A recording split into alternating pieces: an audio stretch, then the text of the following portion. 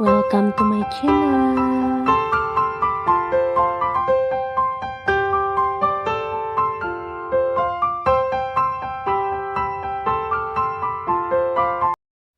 Assalamualaikum warahmatullahi wabarakatuh. Salam guru-guru hebat seluruh Indonesia. Pada kesempatan kali ini saya akan menyampaikan koneksi antar materi modul 2.3 coaching untuk supervisi akademis. Perkenalkan sebelumnya, nama saya Betty Mayasari, calon guru penggerak angkatan 7 Kabupaten Kutai Kartanegara. Koneksi antar materi kali ini berkaitan dengan kesimpulan dan refleksi modul 2.3 coaching untuk supervisi akademik. Setelah mempelajari modul 2.3 kali ini, kesimpulan yang saya dapat ambil antara lain, secara umum, coaching adalah bentuk kemitraan bersama klien atau coachee untuk memaksimalkan potensi pribadi dan profesional yang dimilikinya melalui proses yang menstimulasi dan mengeksplorasi pemikiran dan proses kreatif. Itu berdasarkan International Coach Federation. Ki Hajar Dewantara menekankan bahwa tujuan pendidikan itu menuntun tumbuhnya atau hidupnya kekuatan kodrat anak sehingga dapat memperbaiki lakunya. Oleh sebab itu, keterampilan coaching perlu dimiliki para pendidik untuk menuntun segala kekuatan kodrat atau potensi agar mencapai keselamatan dan kebahagiaan sebagai manusia maupun anggota masyarakat. Adapun paradigma berpikir coaching antara lain: 1. Fokus pada coachee atau rekan yang akan dikembangkan. 2. Bersikap terbuka dan ingin tahu. 3. Memiliki kesadaran diri yang kuat. Dan 4. Mampu melihat peluang baru dan masa depan, di mana prinsip coaching yaitu kemitraan, proses kreatif, dan memaksimalkan potensi. Kompetensi inti coaching yaitu kehadiran penuh atau presence, mendengarkan secara aktif, dan memberikan pertanyaan berbobot. Alur percakapan coaching yang akan membantu peran coach dalam membuat percakapan coaching menjadi efektif dan bermakna yaitu alur tirta. Nah, alur tirta terdiri dari tujuan, yaitu menyepakati topik pembicaraan dan hasil pembicaraan. Kemudian ada identifikasi, yaitu menggali dan memetakan situasi saat ini, menghubungkan fakta-fakta yang ada. Kemudian lanjut ke rencana aksi, yaitu mengembangkan ide untuk alternatif rencana aksi atau solusi. Dan tanggung jawab, yaitu berkomitmen akan langkah selanjutnya. Adapun pelaksanaan supervisi akademik didasarkan pada kebutuhan dan tujuan sekolah dan dilaksanakan dalam 3 tahapan, yakni perencanaan, pelaksanaan supervisi, dan tindak lanjut. Supervisi akademik dengan paradigma berpikir coaching memberikan sebuah dimensi pertumbuhan dan pengembangan diri yang sering kali hilang dari sebuah rangkaian supervisi. Percakapan-percakapan coaching membantu para guru berpikir lebih dalam mengatasi potensi yang ada dalam diri dan komunitas sekolahnya, sekaligus menghadirkan motivasi internal sebagai individu pembelajar yang berkelanjutan yang akan diwujud nyatakan dalam buah pikir dan aksi nyata demi tercapainya pembelajaran yang berpihak pada murid.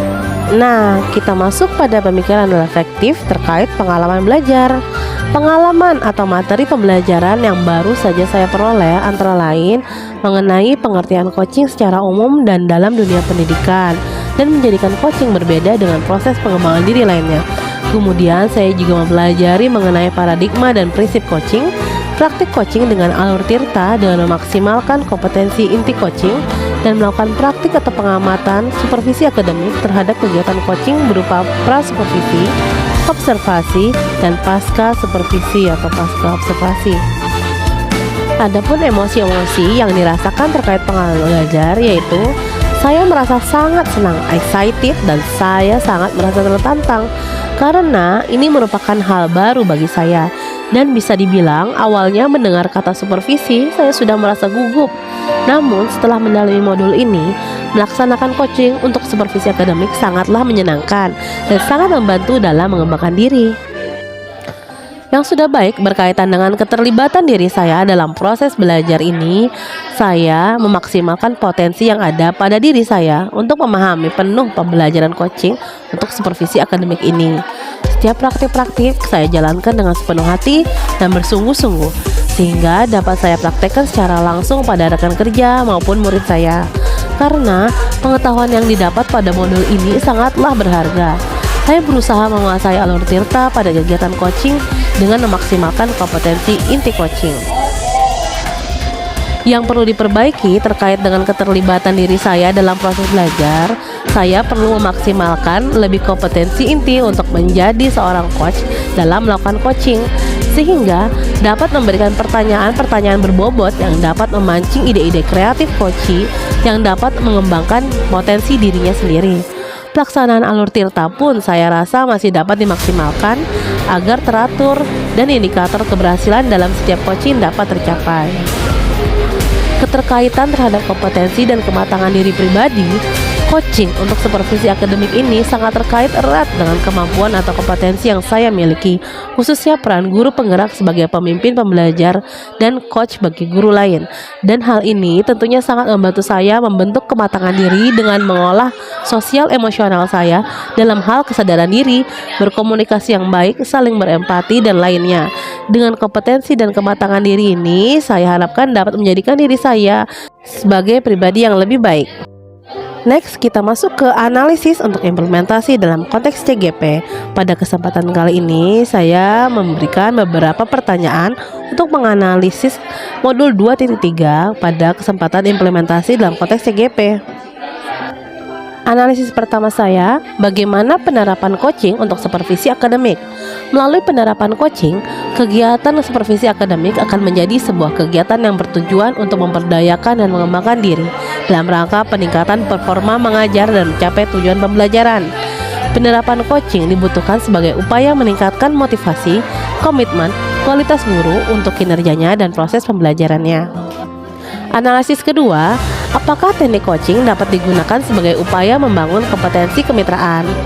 Dalam proses coaching, kita dapat membangun kemitraan dan membuka peluang akselerasi kesadaran yang mendorong tindakan aksi. Hal tersebut dapat terjadi bila hubungan coach dan coachee dilandasi kepercayaan. Analisis ketiga, apa tantangan implementasi coaching di sekolah? Tantangan yang ada di sekolah dalam penerapan teknik coaching diantaranya adalah pola pikir umum tentang supervisi yang masih bersifat satu arah, budaya menunggu masukan dan arahan dari pimpinan dalam menyelesaikan masalah atau merancang sebuah kegiatan, sehingga yang muncul bukan potensi diri secara penuh, namun potensi diri yang dipesan sesuai dengan kebutuhan. Nah, analisis terakhir mengenai bagaimana alternatif solusi dari tantangan yang ada. Untuk dapat merubah pola pikir tentu dibutuhkan pendekatan dan dialog terbuka, menjadikan keadaan yang terjadi sebagai objek diskusi dengan mendepankan solusi dari penyelesaian masalah. Dan untuk mengubah budaya waiting perlu adanya dobrakan. Maka dalam hal ini setiap CGP wajib melakukan perubahan secara drastis dan terukur untuk melakukan reinterpretasikan konsep waiting and create. Akhirnya kita masuk ke dalam membuat keterhubungan. Pengalaman masa lalu. Berbicara mengenai kata supervisi, memori saya di masa lalu penuh dengan kata ketegangan, stres, harus banyak menyiapkan administrasi RPP, dinilai dan dicari-cari kesalahan oleh penilai supervisi. Namun tidak ada umpan balik, masukan sehingga tidak dapat mengembangkan diri. Maka penerapan di masa mendatang, setelah mempelajari mengenai coaching untuk supervisi akademik ini, saya berharap dapat menerapkan kegiatan coaching ini kepada murid maupun rekan sejawat. Pengalaman-pengalaman untuk terus melakukan kegiatan coaching ini dalam berbagai kesempatan diharapkan mampu meningkatkan kompetensi inti saya sebagai seorang coach, dan akan menjadi pengalaman berharga bagi saya untuk lebih mampu menjalin hubungan baik dengan murid dan rekan sejawat.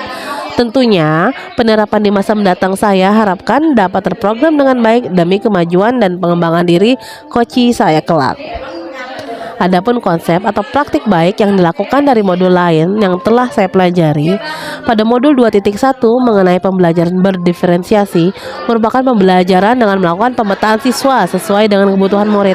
Hasil dari pemetaan ini dapat digunakan sebagai data dalam melakukan coaching sehingga mampu mengoptimalkan kemampuan dalam dirinya dan memunculkan ide-ide dalam mengolah pembelajaran sesuai kebutuhan murid. Kemudian pada modul 2.2 yaitu pembelajaran sosial emosional. Dalam pembelajaran ini, kompetensi sosial emosional seperti kesadaran diri, manajemen diri, keterampilan berelasi, kesadaran sosial, dan pengambilan keputusan yang bertanggung jawab merupakan kompetensi yang digunakan oleh seorang guru untuk melakukan coaching.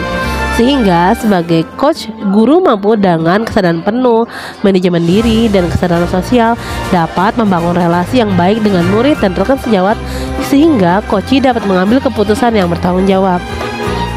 Keterampilan coaching dengan pengembangan kompetensi sebagai pemimpin pembelajaran. Proses coaching merupakan proses untuk mengaktifasi kerja otak coach dan coachee. Pertanyaan-pertanyaan reflektif dalam dapat membuat coachee melakukan metakognisi. Selain itu, pertanyaan-pertanyaan dalam proses coaching juga mendorong coachee berpikir secara kritis dan mendalam yang bermuara pada coachee dapat menemukan kekuatan diri dan potensinya. Sekian pemaparan koneksi antar materi dari saya. Terima kasih. Assalamualaikum warahmatullahi wabarakatuh.